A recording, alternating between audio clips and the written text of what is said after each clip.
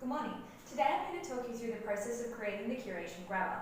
I was inspired by the museum context, the handling of artefacts that should have limited contact with the skin due to their age, as well as objects that often have an unusual shape, making a regular circular clawed grabber tool impractical for this use.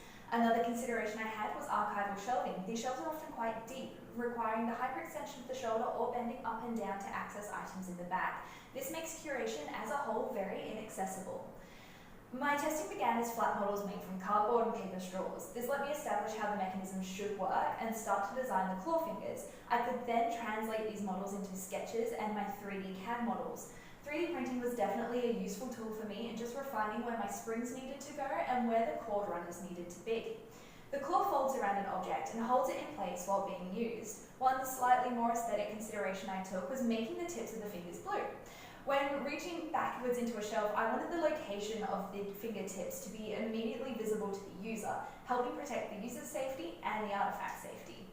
The design of the trigger takes into account the 30mm width noted within a measure of man and woman as the standard size for a trigger grip. It has a sliding trigger allowing the user to use the tool intuitively and has a thumb grip at the back to orientate the hand. As I was designing for the majority of people with incubation spaces who are 45 to 50 years old, I was designing for fully grown adults. Due to the orientation of the handle, this tool isn't made to pick objects up from the ground, but instead to reach out and move them along a shelf, staying in that sort of primarily horizontal plane. Ideally, this would have a much smaller diameter aluminium pipe instead of my larger PVC pipe. This pipe was purchased for me. The buyer didn't realise that 20mm was the internal diameter. This definitely did impact the strength of my 3D printed parts as I was designing to accommodate a much smaller pipe initially.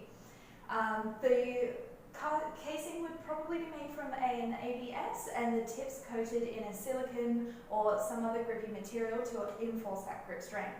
Let's just say regarding innovation, there is a reason why there aren't any existing grabbers with finger joints. My design was incredibly overambitious for someone like me with a very limited engineering or technical knowledge, but it's a process that ultimately I've pleased with.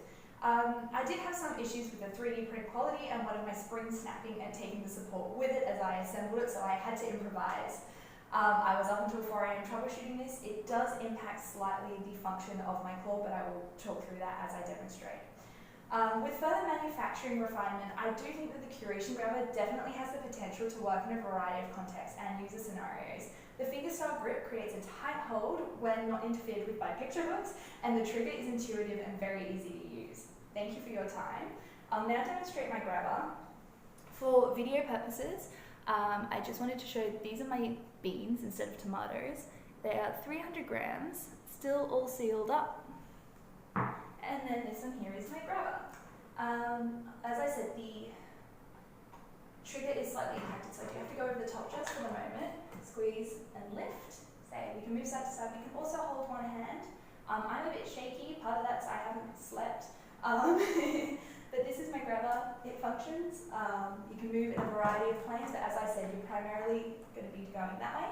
I'll show you how I got around the springs breaking. I've just got some little picture hooks and rubber bands. I did include one spring to show you where it's supposed to return to as the normal. Again, ideally it would open up like that, but unfortunately that's not going to happen due to my print failing last minute. I just wanted to say as well, thank you Kim for your consideration this semester.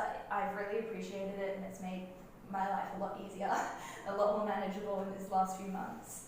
So thank you for a great semester.